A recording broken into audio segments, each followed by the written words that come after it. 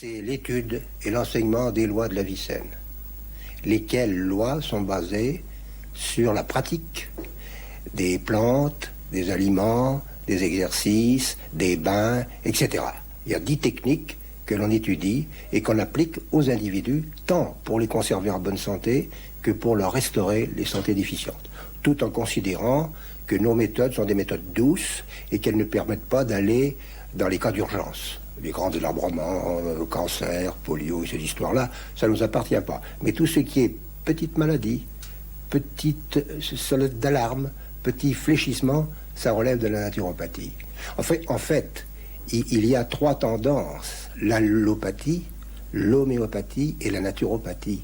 L'homéopathie, c'est la chimiothérapie que vous connaissez. L'homéopathie, c'était déjà une réaction en faveur de médecines plus douces.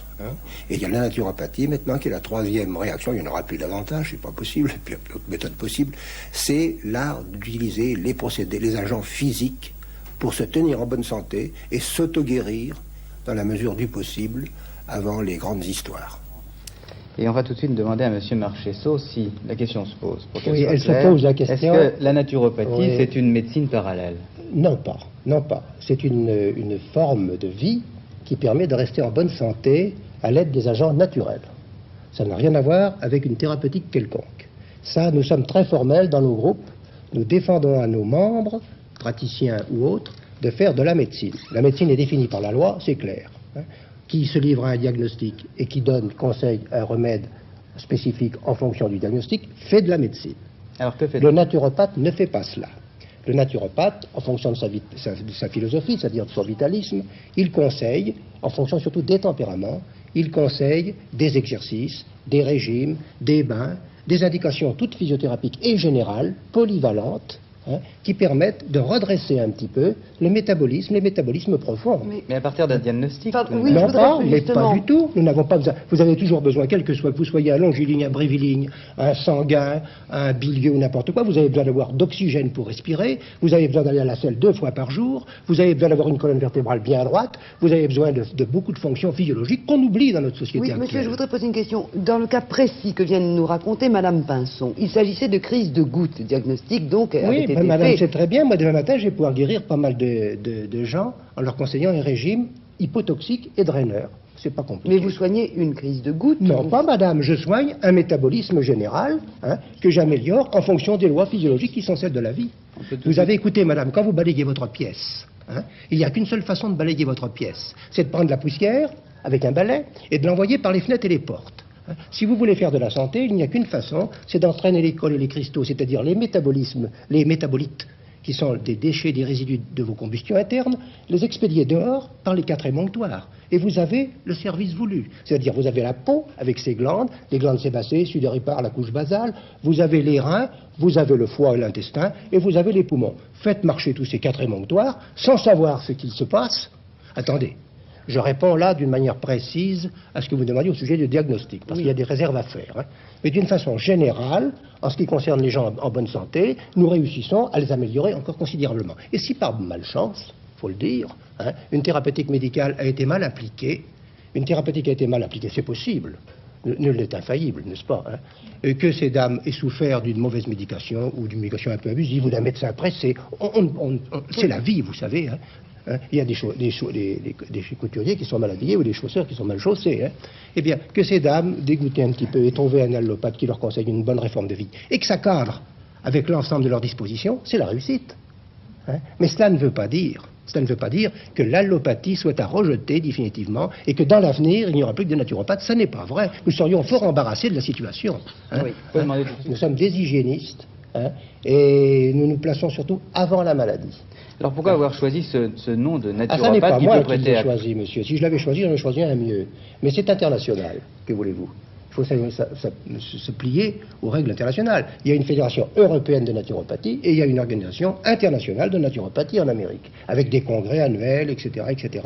Donc il ne m'a pas... C'est le cadre de l'exercice est tout à fait différent, puisque seulement en France, il y a une loi assez sévère sur l'exercice de la médecine. Mais dans les autres pays, il y a un courant de médecine libre. Donc il n'y a plus de conflit du tout. Mais il est bien entendu qu'un naturopathe ne doit faire ni diagnostic ni thérapeutique spécifique. qui ne doit appliquer que des méthodes d'intérêt général et par des procédés non nuisibles. Et qu'il se place surtout avant la maladie ou après la maladie. Oui, mais non nuisible. Ce qui peut être nuisible, c'est l'absence de soins dans un cas. Non, madame, parce que urgent. vous avez le contexte, vous pensez toujours malade. Oui. Pour l'instant, moi, je ne pense pas malade. Je pense avant la maladie ou après la maladie. Ah bien. Écoutez, j'ai noté 2 exemples. Là. Vous achetez une auto. Eh bien, il est à vous, il est votre sagesse, de savoir bien la conduire pour éviter qu'elle aille chez le mécanicien. Oui. Voilà ce que fait le naturopathe avant la maladie. Puis, après la maladie, on a appelé les pompiers, ils ont éteint le feu dans la maison. Que faut-il faire à ce moment-là? Eh bien, il faut remettre les meubles en place et tout. C'est le naturopathe qui intervient encore. Voilà pour ces 2 exemples. Maintenant, il pourrait y avoir une 3e position, c'est la collaboration du médecin allopathe et du l'hygiéniste naturopathe. Pourquoi peut-elle se concevoir? Eh bien, c'est très simple. La dernière fois, j'avais cité le cas d'un pays en guerre, on va revenir là-dessus. La guerre, c'est ce qui se passe dans l'organisme au moment de la maladie. Tout le monde est mobilisé aux frontières, on fait la bataille contre le mal. Mais à l'arrière, les femmes, les enfants s'occupent du terrain général, c'est-à-dire ils moissonnent, ils font rentrer, ils font marcher les usines, etc. Eh bien, on peut très bien concevoir, dans la maladie, une part du fruit pourri et une part du fruit sain. Oui. Ce qu'il faut développer, ce qu'il faut faire d'abord, c'est lutter contre la partie malade, si l'on peut dire, et collaborer pour la partie saine. Voilà, peut-être au 3e point, maladie, j'entends. Oui. Mais vous savez, nous ne sommes pas... qu'on nous laisse simplement l'hygiène, ça nous suffit largement. Madame Mercier voudrait poser une question. Oui, vous dites que vous êtes contre tout ce qui est chimique, oui. en règle générale. Oui. Or, un certain nombre de maladies ne peuvent être guéries madame, qu'avec des produits chimiques. Oui, madame, c'est très bien cette question. On est contre tout ce qui est chimique en tant que santé. Mais on tolère la chimiothérapie dans certains états de maladie. C'est très simple. On l'appelle les pompiers, nous l'avons dit tout à l'heure. Mais après les pompiers, il faut remettre les choses en ordre. Vous êtes obligé d'établir un diagnostic. Mais non, madame, je n'établis pas de diagnostic. Si quelqu'un de malade vient vous voir... Mais je ne vois personne de malade, madame. Je ne vois pas de malade. Je ne vois que des gens qui sont avant la maladie ou après la maladie, ou alors, quelquefois, en collaboration avec un médecin qui me dit « Qu'est-ce que vous en pensez? Comment feriez-vous ce régime ou cela ?» Enfin, dans le cas de M. Pinson dont nous avons parlé, il était bien malade. Oui, madame. Et ce naturopathe ne l'a pas renvoyé vers un médecin, il l'a soigné. Madame, il pouvait le soigner sans savoir ce qu'il avait. Ce qui importait, c'est savoir si son médecin, s'il n'avait pas une maladie urinaire grave, une maladie pulmonaire grave, une maladie de peau grave, enfin des maladies fondamentales, mais dans l'ensemble de toutes les autres maladies chroniques, il suffit de faire un bon régime de vie et beaucoup de choses s'effacent. Pas tout, c'est bien pour cela qu'il faut des allopathes, pas tout, mais beaucoup de choses s'effaceront, croyez-le bien. Monsieur Moulin. N'attendez pas que le sujet devienne aveugle ou ait une artérite qui quelquefois se manifeste par peu de signes avant de l'envoyer vers le médecin. C'est l'état de maladie, ça. Oui. Dans cet état de maladie, mais faites-moi la limite, en principe, nous ne devrions pas intervenir, suivant la loi française. Ce n'est pas notre rôle. Vous dites en principe. Bien oui, parce qu'à l'étranger, il y a des tolérances beaucoup plus grandes. Parce qu'il y a un conseil de l'ordre des médecins, Oui. il y a des examens pour Oui, ces médecins. oui. Qu'y a-t-il en ce qui concerne Il y a les notre naturopathes? Fédération française de naturopathie, alliée à la Fédération européenne et internationale. Oui, mais C'est comment un forme-t-on ordre. les naturopathes et quel pouvoir ont-ils? On les forme par Quelles des sciences études. sont-ils On les acquises? forme par 4 ans d'études, par des séminaires, des cours, et quelquefois ils vont passer des diplômes en Angleterre ou en Amérique pour achever leurs études. Pourquoi ne les passe-t-il pas en France? Parce qu'on n'a pas le droit, nous, de délivrer des doctorats en naturopathie. Bien sûr, mais chaires de ne pourrait-il pas naturopathie, s'inscrire dans une faculté de médecine? Mais par exemple l'enseignement n'est pas le même du tout. Nous sommes sur le plan de l'hygiène et vous êtes sur le plan de la pathologie. Oui. Vous comprenez? C'est tout à fait différent. Je voudrais vous faire comprendre d'un seul coup, par exemple. Ce qui nous intéresse, par exemple, c'est d'avoir une belle capacité thoracique, nous. Pour qu'un poumon puisse fonctionner d'une façon ample et majestueuse, et procurer de l'oxygène et cracher toutes ses cols, le cas échéant. En pathologie, on ne s'occupera pas de ça. On s'occupera des lésions qui peuvent survenir sur la muqueuse respiratoire, etc., etc. Bon, ça, c'est une manière de faire, un comportement de scientifique matérialiste. Nous sommes des vitalistes. Nous pensons que si on fait respirer correctement les gens dans des conditions optimum d'oxygène, d'ozone, d'aromates, etc., la maladie deviendra moins agressive. Un point, c'est tout. C'est là que vous soignez le terrain. C'est ça, madame. Vous avez dit le mot. Nous sommes au terrain. Ça s'appelle les humeurs chez nous. Ça s'appelle les humeurs, c'est-à-dire les liquides qui sont dans l'organisme. Ce qui fait qu'en épurant ces liquides, on a de grandes chances d'aboutir à la santé. Monsieur Moulin. Les contre-indications sont formelles. Lorsqu'un sujet se plaint de quelque chose, c'est le médecin qui doit aller voir. Vous comprenez? Oui, mais D'ailleurs, alors, comment viennent vous voir les malades? C'est en se plaignant de quelque chose. Mais alors, monsieur, Ah, vous pas ne recevez forcément. que des Non, gens mais en enfin, très d'une bonne manière santé. en Plutôt, médecin. mesdames, oui, plutôt. Ça n'est pas ce que semble nous dire Madame Poilon ou Oui, Madame madame. Pinson. Oui, madame, c'est des cas, ça, si vous le voulez, des cas extrêmes, hein, des cas limites à la frontière. Mais en général, ce sont des méthodes d'hygiène. Voilà ce que nous Par une pouvons méthode dire. d'hygiène, justement, Qui peuvent aller très bien qu'à sur nouveau, certains je me sujets. suis rééquilibrée, si Mais je puis oui. dire. Tu parles Et dans le cas justement particulièrement uniquement également. d'hygiène alimentaire. Vous savez, il m'est arrivé de faire des conférences. J'ai madame. retrouvé un Il m'est équilibre. arrivé de faire des conférences en public. Mon équilibre. Et le lendemain, de recevoir, pas le lendemain, excusez-moi, là, ça aurait été trop vite quand même, mais quelques mois plus tard, de recevoir une lettre de félicitation d'une personne qui se trouvait guérie par mes conseils publics, hein, ou d'avoir publié des articles ou des livres. Non, mais je pense que Vous ce savez, que il vous y a- préconisez une hygiène alimentaire très saine, personne ne peut le récuser, cela, personne ne peut se être contre. Oui, madame, il y a 10 techniques. Bien sûr, Voilà, c'est la c'est cela. base. C'est cela, madame. Et vous ne pouvez pas vous imaginer les miracles que vous allez accomplir avec cela. Mais est-ce qu'on a besoin de spécialistes autres que les médecins habituels Et parce que pour les nous médecins, prescrire ce genre de parce que les choses? médecins ne sont pas formés en faculté pour ce genre d'enseignement hygiénique. C'est tout. Mais alors, comment le naturopathe l'aide-t-il à ce Eh bien, par moment-là ses conseils, par ses articles, ses conférences, ses lectures qu'il peut vous transmettre. Parce que Vous savez, c'est un tout. Par exemple, prenons la diététique. D'ailleurs, la diététique est très mal nommée. C'est la nutrition qu'il faudrait dire. Parce que c'est l'art de vivre, et la diététique, c'est une éthique de la diète, c'est l'art de jeûner. C'est tout à fait différent.